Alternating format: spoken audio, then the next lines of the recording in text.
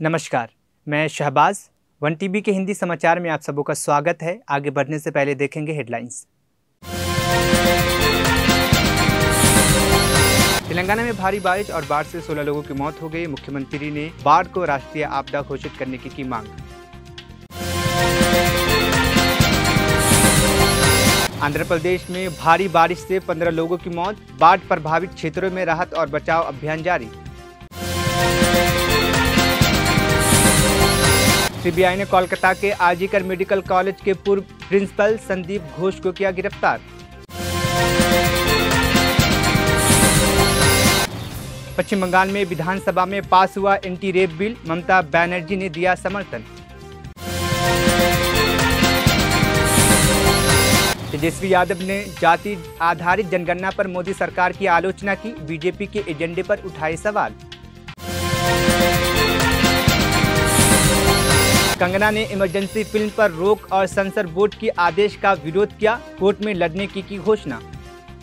तेलंगाना में हाल ही में हुई भारी बारिश के चलते विभिन्न घटनाओं में 16 लोगों की मौत हो गई और कुछ लोगों के लापता होने की भी खबरें सामने आई है। मुख्यमंत्री रेवंत रेड्डी ने राज्य में बाढ़ को राष्ट्रीय आपदा घोषित करने के लिए केंद्र सरकार को एक प्रतिनिधित्व देने का निर्णय लिया है। राज्य मंत्री श्रीधर बाबू ने संवाददाताओं से कहा है कि बारिश और बाढ़ से हुई नुकसान पर अंतिम रिपोर्ट मिलने के बाद जानकारी प्रदान की जाएगी। इस रिपोर्ट में बाढ़ के प्रभाव और नुकसान का पूरा विवरण होगा, जिससे भविष्य के उपायों और राहत की योजना बनाई जा सके। शासन सभ्युలు శంకర్ గారు సిసిఐకి సంబంధించిన ఒక ప్రధానమైన పరిశ్రమకు సంబంధించిన అంశాన్ని అనేక సందర్భాల్లో వారు రాష్ట్ర ప్రభుత్వానికి సంబంధించిన పరిశ్రమల శాఖకు సంబంధించి అనేక రిప్రజెంటేషన్ ఇవ్వటం, దానికి తోడు మేము కేంద్రానికి సంబంధించిన పరిశ్రమ శాఖ మంత్రి మరి కుమారస్వామి గారితో కలిసిన సందర్భంలో వారు కూడా అక్కడ ఉండటం, మరి ఈరోజు రాష్ట్రానికి సంబంధించిన ఒక ప్రధానమైన పరిశ్రమను తిరిగి పునఃప్రారంభం చేయాలనే ఒక సంకల్పం మేము ఇక్కడున్న ప్రజాప్రతినిధులకు కానీ అదేవిధంగా అక్కడున్న కేంద్రంలో ఉన్న మంత్రి గారికి చెప్పాం. రాష్ట్ర ప్రభుత్వం తరఫున స్పష్టంగా ముఖ్యమంత్రి గారు కూడా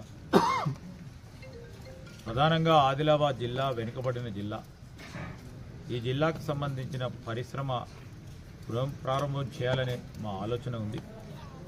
రాష్ట్ర ప్రభుత్వం తరఫున అన్ని తీర్ల ప్రోత్సాహం ఉంటుంది, సహకారం ఉంటుంది.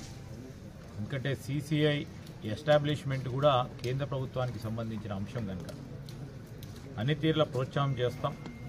పునః ప్రారంభం చేసి ఈరోజు ఇక్కడ ఉపాధి కల్పించాలి. ఇక్కడ ఉన్న వారికి వాణిజ్యం, వ్యాపారం, యాన్సిలరీ కూడా వచ్చే అవకాశం ఉంటుంది. చిన్న పరిశ్రమలు కూడా ఏర్పాటు అయ్యే అవకాశం ఉంటుంది. ఆ తరుణంలో మేము పూర్తి స్థాయిలో మా ప్రభుత్వం మీకు అండగా నిలబడుతుందని నేను ఇక్కడున్న గౌరవ శాసనసభ్యులు శంకర్ గారికి కూడా మరి తెలియజేయడం జరిగింది. దాంట్లో భాగంగానే మా ప్రభుత్వం ఈరోజు చాలా స్పష్టంగా ఒక పరంగా ఉద్యోగ అవకాశాలు కల్పించాలని మేము మొన్ననే నైపుణ్యాన్ని పెంచే స్కిల్ యూనివర్సిటీని ఏర్పాటు చేస్తూ ఉన్నాం. ఆ క్రమంలో ఇలాంటి పరిశ్రమలకు కూడా ఈ స్థానికంగా ఉన్న యువతకి ఉపాధి కల్పన అనేది ప్రధానమైన అంశం. దానికి సంబంధించి ఆదిలాబాద్ జిల్లాకి పెట్టుబడులు వస్తున్నాయంటే పెట్టుబడులకు సంబంధించిన వాతావరణం ఏర్పాటు కావటం అదొక అంశం. దీనిపై ఆధారపడి నేరుగా 500 మందో 1000 మంది డైరెక్ట్ రిక్రూట్మెంట్ ఉన్న దాదాపు ఇంకా అవకాశం ఉంటుంది. ఇంకో 1000 మందికి, ఇంకో 2000 మందికి. దీనిపై आंध्र प्रदेश में पिछले 3 दिनों में भारी बारिश के कारण विभिन्न घटनाओं में 16 लोगों की मौत हो गई है। सरकार ने इसकी पुष्टि की। विजयवाड़ा शहर के मोगल राजपुरम में भूस्खलन से 5 लोगों की मौत हो गई है। मंगलगिरी टाउन के बल्दी निर्वाचन क्षेत्र में एक 80 वर्षीय महिला की भी मौत हो गई। अधिकारियों ने बचाव और राहत कार्य को तेज कर दिया है। एनडीआरएफ, एसडीआरएफ और विभिन्न विभागों के बचाव कर्मी प्रभावित क्षेत्रों में लोगों को राहत पहुंचाने की कोशिश कर रहे हैं। मुख्यमंत्री नायडू ने स्थिति की निगरानी के लिए विजयवाड़ा में रात बिताई और बाढ़ प्रभावित अजीत सिंह नगर इलाकों का दौरा किया।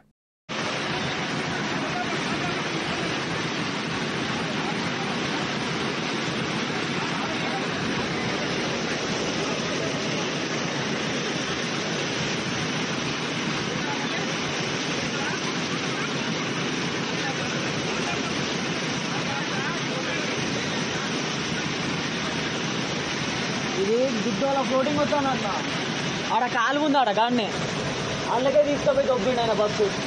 Incoming voice call from +91-96407-72271 on SIM1. కొంచెం అయితే అవతల వాడు బస్సది ఆడ చెట్టుని గుద్దింది వెనకాల. Incoming voice call from +91-96407-72271 on SIM1. Incoming voice call from +91-96407-72271. చాలా మంది బాధల్లో ఉన్నారు. ఇన్ఫ్లో ఆ వాటర్ అయితే కొంచెం తగ్గిందని అందుకు కూడా ఒప్పుకుంటున్నారు. ఇంకా 1 అవర్స్ చూడాలి. బుడమేరు నీళ్లు తగ్గడం. అదే సమయంలో కృష్ణాలో అయితే నాకు అప్పుడు వచ్చిన ఫిగర్ ఇప్పుడు మళ్ళీ ఒకసారి రివ్యూ చేస్తాను. బ్యారేజీలు ఎంత వస్తుందని 10 lakhs దాటింది. ఇప్పుడు 10 lakhs దాటింది. దాన్ని బట్టి ఇంకా కొంచెం మానిటర్ చేసుకోవాలి. రాత్రికంతా రేపు ఉదయానికి తగ్గుముఖం పట్టే అవకాశాలుంది. ఏదేమైనా అక్కడ మాత్రం పరిస్థితి ఇంకా ప్రజల బాధల్లో ఉన్నారు. బోట్స్ కూడా వీళ్ళు తీసుకొచ్చిన వాళ్ళు అలసిపోతున్నారు. అదే మరి ఫుడ్ కూడా సప్లై చేస్తే చాలా హ్యాపీగా ఫీల్ అవుతున్నారు. కానీ ఆ సప్లైలో కొన్ని సమస్యలు వస్తున్నాయి. అవి కూడా ఒకసారి ఎస్డీఆర్ఎఫ్ని, ఎన్డీఆర్ఎఫ్ని, స్టేట్ డిజాస్టర్ మేనేజ్మెంట్ ఇద్దరు రమ్మంటున్నాను హెడ్స్ని. ఒకవేళ వాళ్ళకు కూడా రిలీవర్స్ పెట్టుకుని ఏమేం చేయాలో అన్ని చేయడం కోసం ఒక పక్క వీళ్ళని యాక్టివేట్ చేసి ఇప్పుడు రాత్రికి ఎన్ని బోట్లు వస్తాయో మళ్ళీ ఒకసారి రివ్యూ చేసుకుంటాం. వచ్చిన బోట్లన్నీ కూడా ఆపరేషన్లో పెట్టి మన దగ్గర ఉండే ఫుడ్ అంతా సప్లై చేస్తూ ఉంటే కొంతవరకు రిలీఫ్ వస్తుంది. వాటరు, కొంత ఫుడ్. చాలా మంది కొంతమంది లోపల ఉన్నారు. వాళ్ళు కూడా పాప పేషెంట్లు కానీ లేకుంటే బాధల్లో ఉన్నారు. కొంతమంది కుటుంబ సభ్యులు ఉన్నారు. లోపల చాలా మంది ఉన్నారు. వాళ్ళు కూడా చాలా మంది బాధల్లో ఉన్నారు. మా ఇంట్లో వాళ్ళు మరుగయ్యారు, మీరు తీసుకురండి అని బాధల్లో ఉన్నారు. ప్రతి ఒక్కరిని తేవడానికే ప్రయత్నం చేస్తాం. అయితే కొంచెం టైం వెనక ముందు ఉంటుంది. అన్ని విధాల ప్రయత్నం చేస్తాం.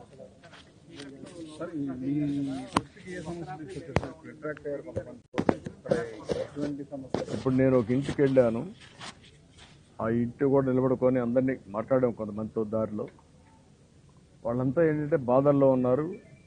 నేను వాళ్ళకు కొంత ఈ తీసుకుపోయినటువంటి ఫుడ్, అదే మరిగా ఈ బిస్కెట్స్ ఇవన్నీ అందజేసాం, వాటర్ అందజేసాం. చాలా హ్యాపీగా ఫీల్ అవుతున్నారు. కష్టంలో ఉన్నప్పుడు వాళ్ళ ముఖంలో ఆనందం, ఒక ధైర్యం వచ్చింది. అదే మరిగా ఒకరిద్దరు మేము రావాలి, ఎట్టైనా తీసుకెళ్ళండి అంటే వెనకనెక్కిచ్చాం. అలాంటి 1-2 చేయగలిగాం. అయితే ఏది ఏమైనా అందరికీ న్యాయం జరగాలి. ఇది కంటిన్యూగా నిరంతరం శ్రమ చేసి ఈ కష్టకాలంలో వాళ్ళ ఆత్మస్థైర్యం దెబ్బతినకుండా వాళ్ళని ఏ విధంగా తీసుకురావాలనో అన్ని విధాల ప్రయత్నం చేస్తాను. రాత్రి కూడా ఆ పని చేస్తాను. 2-3 స్ట్రీట్స్ లో కూడా వెళ్ళారు కదా సార్ బోట్ వేసుకుని, ఏం చెప్పారు? బోట్ వేసుకొని వెళ్ళిన తర్వాతనే నేనే తీసుకుపోయి ఫుడ్ కూడా, భోజనం, బిస్కెట్స్ అవన్నీ ఇచ్చాం. ఇస్తే చాలా హ్యాపీగా ఫీల్ అయ్యారు. మంచినీళ్ళు కూడా ఇచ్చాం. దాంతో కూడా వాళ్ళలో చాలా ఆనందం కనపడింది. ఇంకా రాత్రికి ఎంతవరకు వీలైతే అంతవరకు నీళ్లు పుష్ చేయాలి. ఎంతవరకు వీలైతే అంతవరకు ఫుడ్ కానీ ఇవ్వగలిగితే కొంత రిలీఫ్. అందరిలో అక్కడి నుంచి బయట రావాలని కోరుకుంది. కొంతమంది పేషెంట్ ఉన్నారు, పిల్లలు ఉన్నారు, కొంతమంది యంగ్స్టర్స్లో కూడా కిడ్నీ పేషెంట్ ఉన్నారు. చాలా అది విన్నప్పుడు ఒక్కొక్కరికి ఒక ప్యాథటిక్ స్టోరీ ఉంది. వాళ్ళందరినీ తీసుకురావాల్సిన బాధ్యత ఉంది. నేను చాలా సైక్లోన్స్ చూశాను. ఒక్కొక్కటి ఒక్కొక్క రకంగా ఉంటుంది. ఆ రోజు మీరు ఒకసారి చూస్తే హరికేన్ తుఫాన్లో పూర్తిగా చెట్లన్నీ పడిపోయి రోడ్డు అంతా కూడా బ్లాక్ అయిపోయింది. నీళ్లు లేకుండా ఉన్నాయి, కరెంట్ లేకుండా ఉన్నాయి. అవి ఇవ్వడానికి చాలా టైం పట్టింది. అదే సమయంలో హుదూద్ మీరు చూస్తే చెట్లు పడిపోయేసి చాలా బీభత్సం సృష్టించింది. నాకు 2-3 రోజులు పట్టింది నార్మల్ అంటే ఎంటర్ కావడానికి. అక్కడి నుంచి కంట్రోల్కి వచ్చింది. ఆ 2 ప్లేసుల కంటే ఈ ప్లేస్లో వాటర్ ఒకటి పెద్ద సమస్య. అంటే నాకు కూడా పోవడానికి మళ్ళీ ఇక్కడి నుంచి అక్కడికి వెళ్ళడం, బోట్లో ఎక్కడం, కొన్ని ఇండ్లే చూడడం, ఇవన్నీ చూసి మళ్ళీ ఇక్కడికి రావడం, మళ్ళీ వీళ్ళందరినీ అలర్ట్ చేయడం, ఇవన్నీ చేయాల్సి వస్తూ ఉంది. అంటే ఇది నిరంతరం ఏ విధంగా చేయాలి, ఎట్లా దీన్ని స్ట్రీమ్ లైన్ చేయాలి, ఎంత తొందరగా వీళ్ళని ఆదుకోగలుగుతామో అన్ని ప్రయత్నాలు చేస్తాం. కొన్ని గంటలు చేస్తాం సార్, కొద్ది గంటలు మార్నింగ్ అన్నీ వచ్చేస్తాయి. రేపు హెలికాప్టర్స్ 4 వస్తాయి, 5, 6 వస్తాయి. అదే సమయంలో బోట్లు వస్తాయి. అప్పటికి నీరు కూడా తగ్గచ్చు. తగ్గినప్పుడు ఇంకొంచెం బెటర్గా వస్తుంది. మా అడ్మినిస్ట్రేషన్ అంతా కూడా రేపటికి సెట్ అవుతుంది. ఫస్ట్ డే కాబట్టి బ్రీతింగ్ ప్రాబ్లమ్స్ మా వాళ్ళలో కూడా ఉన్నాయి, అవన్నీ సెట్ అవుతాయి. ఏదేమైనా సహాయం అనేది అవసరమైనప్పుడు, కష్టాల్లో ఉన్నప్పుడు చేసే సహాయం. అందుకే నేను ఎట్టి పరిస్థితుల్లో కూడా పుష్ చేయాలని చూస్తున్నా. లాస్ట్ మైల్ వరకు నా ప్రయత్నాలు అన్నీ చేస్తాను. మనసు బాధపడుతుంది వాళ్ళు చూసినప్పుడు. చాలా तेलंगाना राज्य सड़क परिवहन निगम आरटीसी ने हाल ही में हुई भारी बारिश के मद्देनजर एक महत्वपूर्ण निर्णय लेते हुए कई बसों की सेवाएं रद्द करने की घोषणा की है। भीषण बाढ़ के कारण आंध्र प्रदेश और तेलंगाना के बीच परिवहन के मुख्य मार्ग हैदराबाद और विजयवाड़ा के बीच राष्ट्रीय राजमार्ग पर चलने वाली बसों को रद्द कर दी है। आरटीसी ने हैदराबाद और विजयवाड़ा के बीच 660 से अधिक बसों को रद्द करने का निर्णय लिया है। इसके अतिरिक्त खम्मम जिले में 160 से अधिक बसें, वरंगल जिले में 150 बसें और रंगारेड्डी जिले में 70 बसें रद्द की गई है। यह कदम बाढ़ प्रभावित क्षेत्रों में सुरक्षित और कुशल यात्रा सुनिश्चित करने के लिए उठाई गई है। तेलंगाना वक्फ बोर्ड के अध्यक्ष सैयद अजमतुल्लाह हुसैनी ने घोषणा की है कि वक्फ बोर्ड का एक प्रतिनिधि मंडल 6 सितंबर को दोपहर 2:30 बजे दिल्ली में संसदीय समिति के अध्यक्ष से मुलाकात करेगा। इस प्रतिनिधित्व के दौरान वक्फ संशोधन विधेयक 2024 के खिलाफ एक ज्ञापन प्रस्तुत किया जाएगा। ज्ञापन में वक्फ बोर्ड को समाप्त करने और वक्फ को होने वाले संभावित नुकसान को उजागर किया जाएगा। सैयद अजमतुल्लाह हुसैनी ने बताया कि तेलंगाना वक्फ बोर्ड देश का पहला और एकमात्र बोर्ड है जिसने वक्फ संशोधन विधेयक 2024 के खिलाफ प्रस्ताव पारित किया है।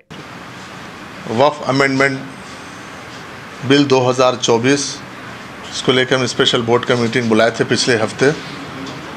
उस मीटिंग में हम लोग 3 रेजोल्यूशंस पास किए थे। उसमें एक रेजोल्यूशन सबसे पहले और हिंदुस्तान का वाहिद तेलंगाना वक्फ बोर्ड है। ये bill amendment bill parliament house में आने के बाद पहला बोर्ड है जो इसको यूनानिमसली इसको रिजेक्ट करते हुए एक बिल पास किए थे हम। और उसके बाद उसमें 2 चीज़ें हम उसमें ऐड किए थे। एक कि हम पार्लियामेंट्री जॉइंट वर्किंग कमेटी को हम जो एक रिप्रेजेंट करेंगे तेलंगाना वक्फ बोर्ड की जानिब से, इससे हम उसके बाद हम उसी दिन जॉइंट वर्किंग कल हम उनको सॉफ्ट कॉपी भेजना है। तो आज उनसे भी कुछ अगर शाम तक आपके पास भी कुछ सुझाव हो तो आप दीजिए, रिटर्न में दीजिए। ज़रूरी नहीं है कि 40 के 40 अमेंडमेंट के ऊपर आपको जो समझ में आया सुझाव दीजिए। हम इनको सबको इनकॉर्पोरेट करके एक हम रिप्रेजेंटेशन अच्छा तेलंगाना की वक्फ बोर्ड की जानिब से हुकूमत जो जॉइंट पार्लियामेंट वर्किंग कमेटी है उसको हम 6 तारीख के दिन प्रेजेंट करेंगे। क्योंकि 6 तारीख के लिए 7 मेंबर्स का हमको परमिशन मिला है। 7 मेंबर्स के लिए हम मैक्सिमम आप 5 से 7 मेंबर आ सकते हैं करके हम उनको रिक्वेस्ट किए कि मेंबर्स को आप थोड़ा सा बढ़ाइए। तो वो बोले कि नहीं, हम 5 से 7 मेंबर से ज़्यादा हम नहीं है। तो इसलिए हम तेलंगाना की जानिब से इंशाल्लाह हम 7 मेंबर्स, बोर्ड के जानिब से 7 मेंबर्स वहाँ पर। केंद्रीय जांच ब्यूरो सीबीआई ने सोमवार को कोलकाता के आरजीकर मेडिकल कॉलेज और अस्पताल के पूर्व प्रिंसिपल संदीप घोष को गिरफ्तार कर लिया है। अस्पताल में वित्तीय अनियमितता के आरोप में उनकी गिरफ्तारी की गई है। प्रारंभ में इस मामले की जांच बंगाल पुलिस की विशेष जांच टीम SIT कर रही थी, लेकिन हाल ही में कोलकाता हाईकोर्ट के आदेश पर मामला सीबीआई को सौंप दिया गया। संदीप घोष की गिरफ्तारी तब हुई जब सीबीआई आरजीकर अस्पताल में एक जूनियर डॉक्टर के बलात्कार और हत्या के मामले में अपनी जांच तेज कर रही है। यह कदम सीबीआई की जांच में एक महत्वपूर्ण मोड़ के रूप में देखा जा सकता है।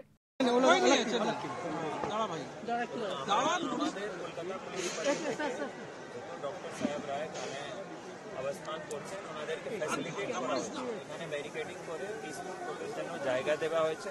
আমরা বারবার রিকোয়েস্ট করেছি যদি আপনারা ডেলিগেশন পাঠাতে চান লালবাজারে আপনারা নিয়ে যাবেন, আমাদের অফিসার সিনিয়র অফিসার স্কট করে নিয়ে যাবেন ওনাদেরকে।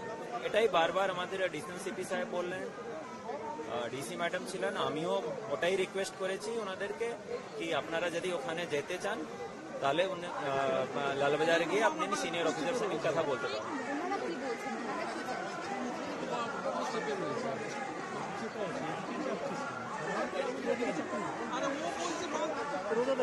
ওটা ওনাদের সঙ্গে যে জবাব দেবার ওটা আমরা জবাব দিয়ে দিয়েছি। এটা আমাদের ট্রেডিশনাল অ্যারেঞ্জমেন্ট আছে, লালবাজার অভিযান যখন বি হয় তো এই জায়গাতেই ব্যারিকেডিং লাগানো হয়, কেন কি এরপরে নেক্সট ক্রসিং থেকে 163 বিএনএসএস এর এরিয়া চলে আসে যেখানে জামায়াত অ্যালাউড নেই, ওর জন্য ওনাদেরকে এখানে অবস্থান করতে বলা হয়েছে ওর ডেলিগেশন ওখানে লালবাজার পাঠাতে বলা হয়েছে, এটাই রিকোয়েস্ট করা হয়েছে। এর জন্য আমরা বারবার ওনাদেরকে রিকোয়েস্ট করছি যদি ওনারা কনসিডার করে ডেলিগেশনটা পাঠাতে। नहीं এখন অবধি ওনারা কিছু জানান না।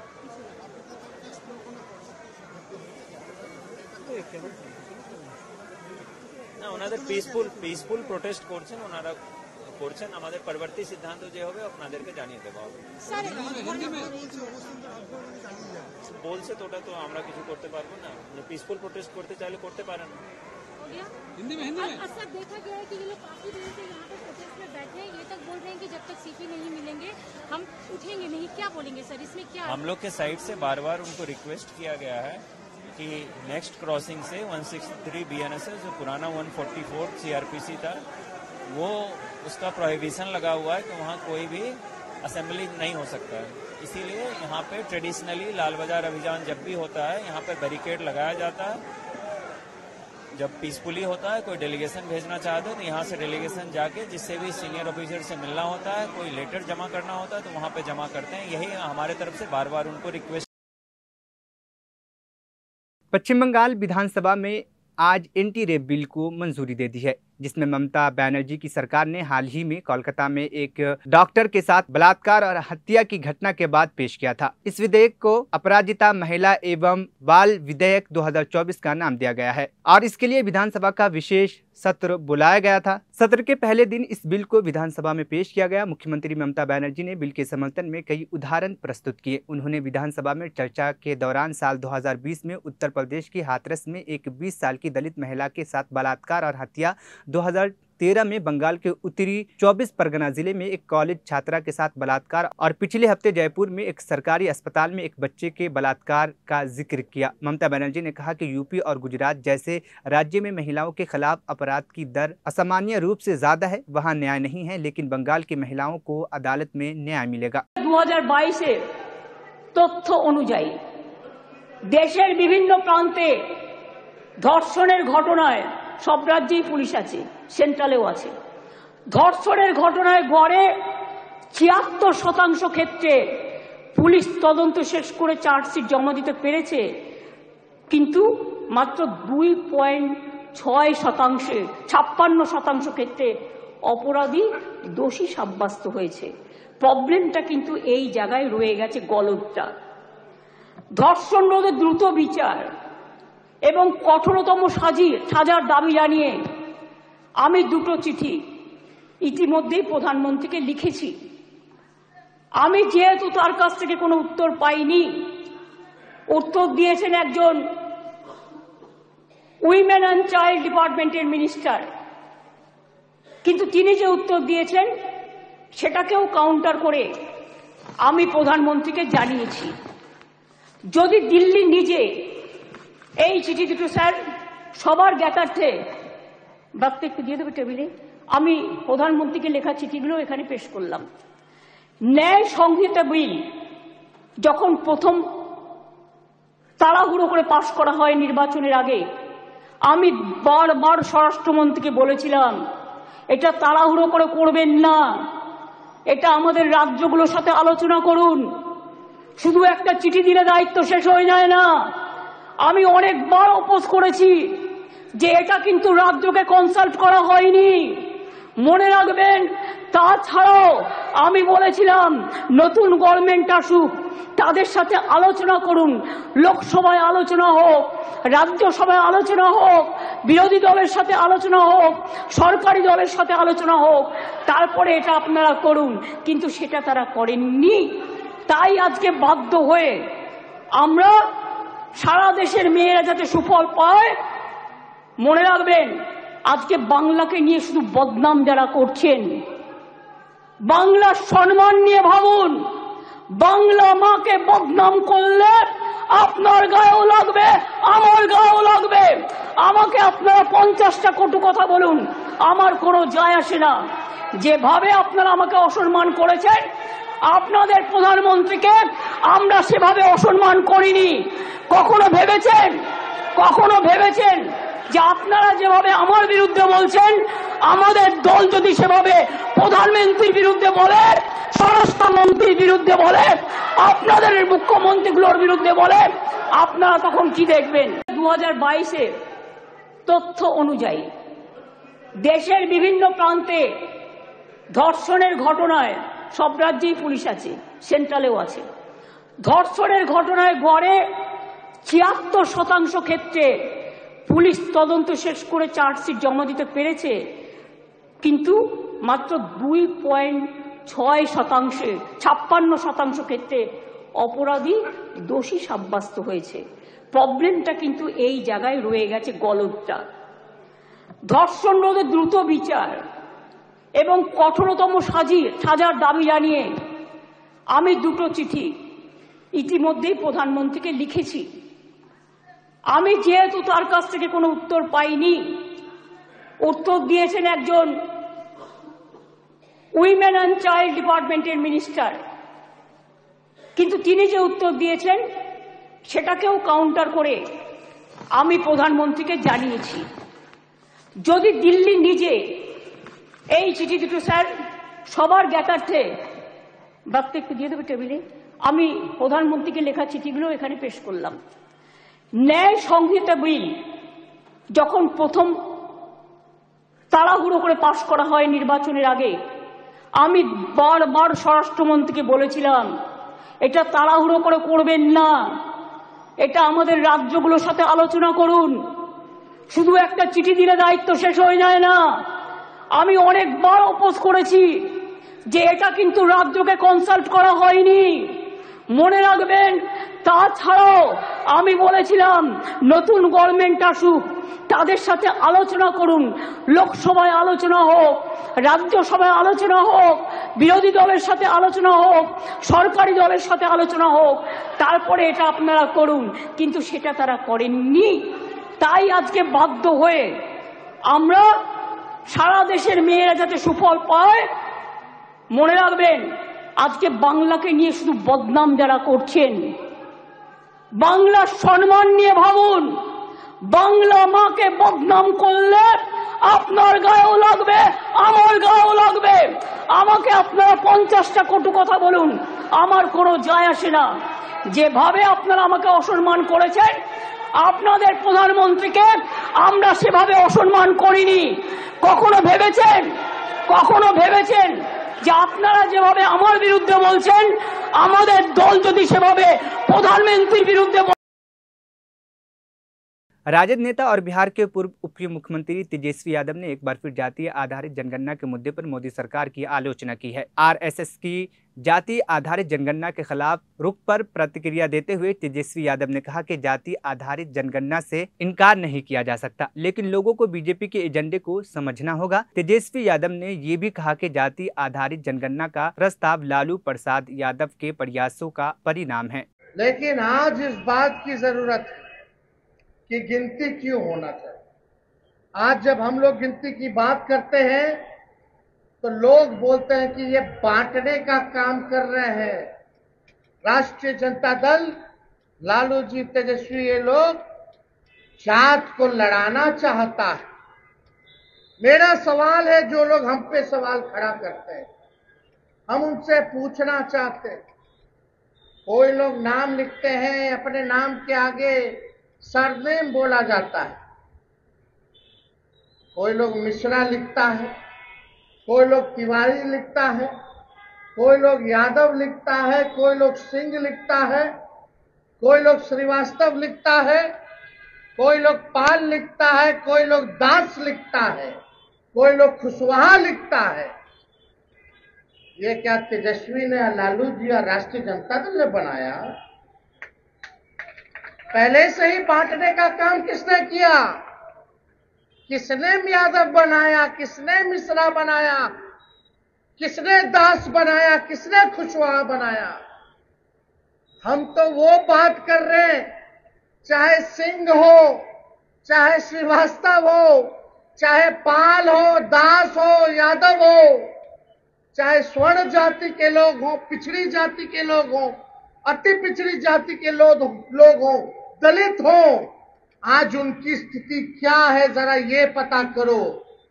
ये पता करो कि गरीबी सबसे ज्यादा किस जाति में है। चाहे जिस जाति में गरीबी है, गरीबी हमारा दुश्मन है, उसको मिटाने का काम करो। यही तो हम लोग चाहते हैं।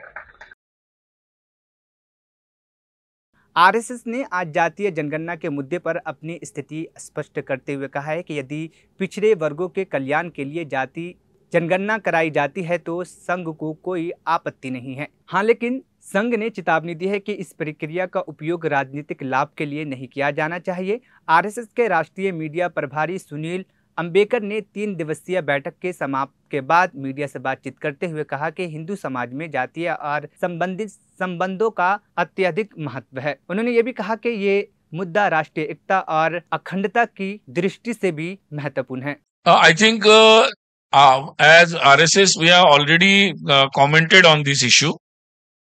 See, as our society, Hindu society, we have the sensitive issue of our caste and caste relations. That is a very sensitive issue. So, and of course, it is an important issue of our national unity and integrity. So, it should be dealt very seriously, not just on the basis of electioning or election practices or politics. So, I think as RSS think, yes, definitely for all welfare activities, particularly addressing to the particular community or caste which is lagging behind, and so which is the special attention is needed to some communities and caste. So for that, if sometime government needs the numbers, it is a very well practiced. So government needs the numbers, it takes, earlier also it has taken, so it can take it, no problem.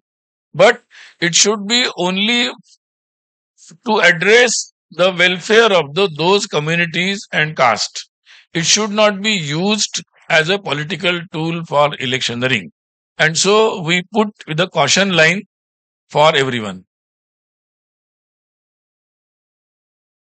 Kangana ने अपनी आगामी film emergency के विवादों को लेकर बयान दिया है, जिसमें उन्होंने कहा है कि फिल्म को बिना किसी काट छांट के रिलीज करने के लिए कोर्ट में वो लड़ेंगी। उनका कहना था कि वह तत्वों को बदलना नहीं चाहती और फिल्म की सच्चाई को बरकरार रखना चाहती हैं। फिल्म इमरजेंसी की रिलीज 6 सितंबर को निर्धारित थी, लेकिन इसके खिलाफ चल रहे प्रदर्शनों और दायर की गई याचिकाओं के कारण इसकी रिलीज टाल दी गई है। सेंसर बोर्ड ने फिल्म में विवादित सीन हटाने का आदेश दिया है, जिससे कंगना नाराज हैं। को लड़ाने के लिए अगर ये फिल्म रिलीज हो गई ना, तो यहाँ इतने दंगे फैलेंगे कि जगह जगह पे कत्लेआम होंगे। इसमें टोटल एंटी सिख और एंटी हिंदू दिखाया गया है, जो आपस में कत्लेआम बताए हुए हैं, जिससे कि फैलेगी बर्बादी। और यहाँ पे जो बर्बादी होगी वो उसका तमाशा देखने वाली है। वो हिंदुस्तान को क्यों बर्बाद करना चाहती है ये पता नहीं है।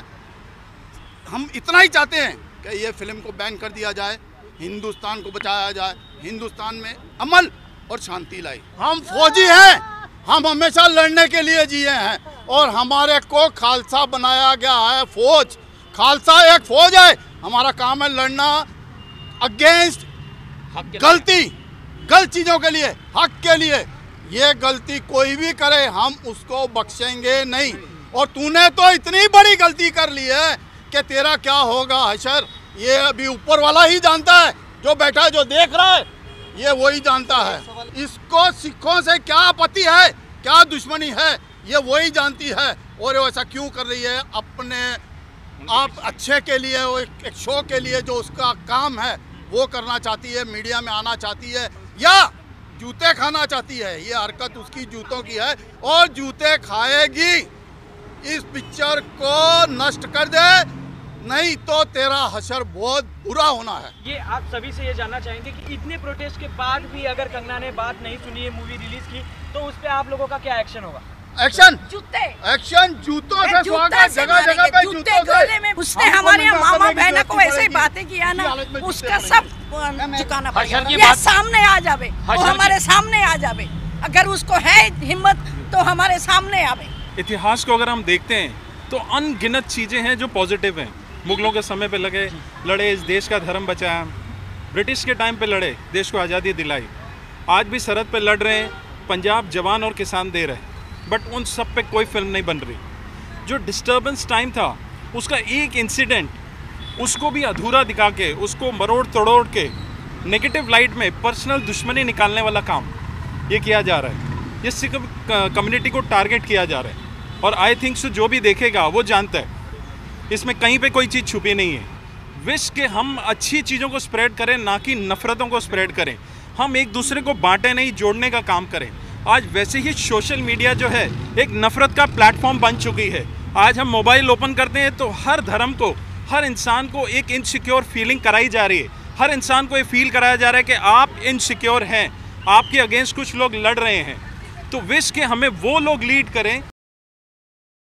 बांग्लादेश ने पाकिस्तान के खिलाफ 2 टेस्ट मैचों की सीरीज में लगातार दोनों टेस्ट जीतकर ऐतिहासिक जीत हासिल की है। ये बांग्लादेश का पाकिस्तान के खिलाफ पहली टेस्ट सीरीज जीत है और 22 वर्षों का सूखा समाप्त कर उन्होंने पाकिस्तान के खिलाफ अपना दबदबा कायम किया है। पहला टेस्ट मैच बांग्लादेश ने 10 विकेट से जीतकर पाकिस्तान को करारी शिकस्त दी थी। इस जीत के बाद पाकिस्तान के कई दिग्गज खिलाड़ियों ने टीम की रणनीति पर सवाल उठाया, जिसमें रमीज राजा और वसीम अकरम शामिल थे। हेडलाइंस एक बार फिर। तेलंगाना में भारी बारिश और बाढ़ से 16 लोगों की मौत हो गई। मुख्यमंत्री ने बाढ़ को राष्ट्रीय आपदा घोषित करने की मांग। आंध्र प्रदेश में भारी बारिश से 15 लोगों की मौत। बाढ़ प्रभावित क्षेत्रों में राहत और बचाव अभियान जारी।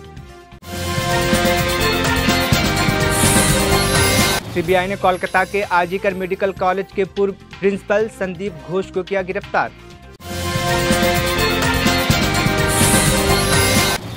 पश्चिम बंगाल में विधानसभा में पास हुआ anti rape bill, Mamata Banerjee ने दिया समर्थन। तेजस्वी यादव ने जाति आधारित जनगणना पर मोदी सरकार की आलोचना की, बीजेपी के एजेंडे पर उठाए सवाल।